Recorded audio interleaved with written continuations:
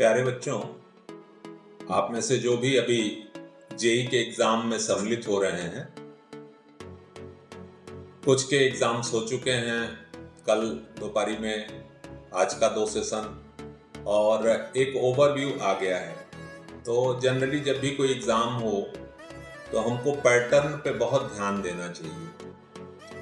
अगर हम पिछले 2 सेशन में जो एग्जाम्स हुए अभी तक उनका पैटर्न देखें और पर्टिकुलरली केमिस्ट्री, फिजिक्स और मैथ्स को देखें तो एज यूजुअल मैथ्स के पेपर काफ़ी डिफिकल्ट रहे कल के सेशन में, और ये पैटर्न आपको पूरे सारे पेपर में मोर आर लेस सेम दिखेगा।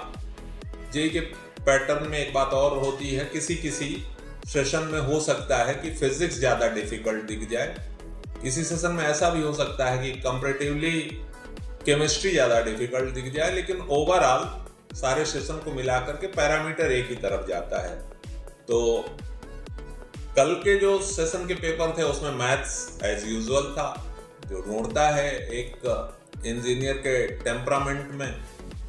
फिजिक्स मॉडरेट लेवल का था और केमिस्ट्री कह सकते हैं इजी था, लेकिन पैटर्न बदला था। फिजिकल, इनऑर्गेनिक और ऑर्गेनिक में इनऑर्गेनिक पर एम्फेसिस बढ़ रही है।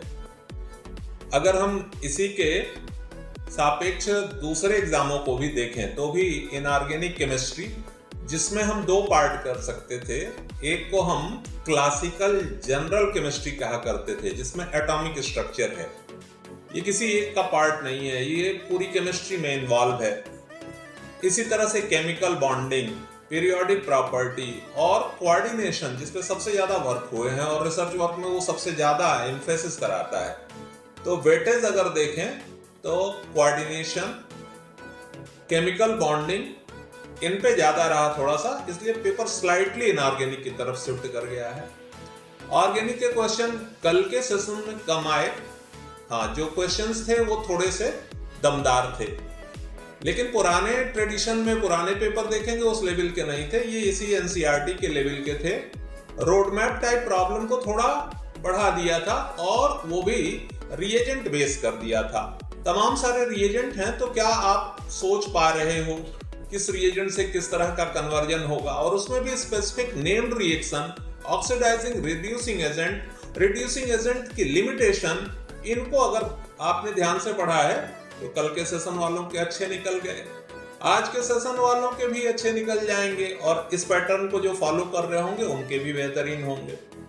जो कहने की बात हमारी आज की है, अभी आप में से बहुत सारे बोर्ड का एग्जाम भी दे रहे होंगे, उनके स्कूल में प्रैक्टिकल्स भी हो रहे होंगे इस दौरान, तो आप अभी इस जेई एग्जाम को लेकर के बहुत पैनिक नहीं करेंगे, अपने बोर्ड एग्जाम को रिलैक्स होकर देंगे। आगे भी एक अवसर आपको मिलने वाला है जेई में, और तमाम तरह के पैरेलल कोर्सेज भी हैं, उनकी तरफ भी आपको फोकस करना है।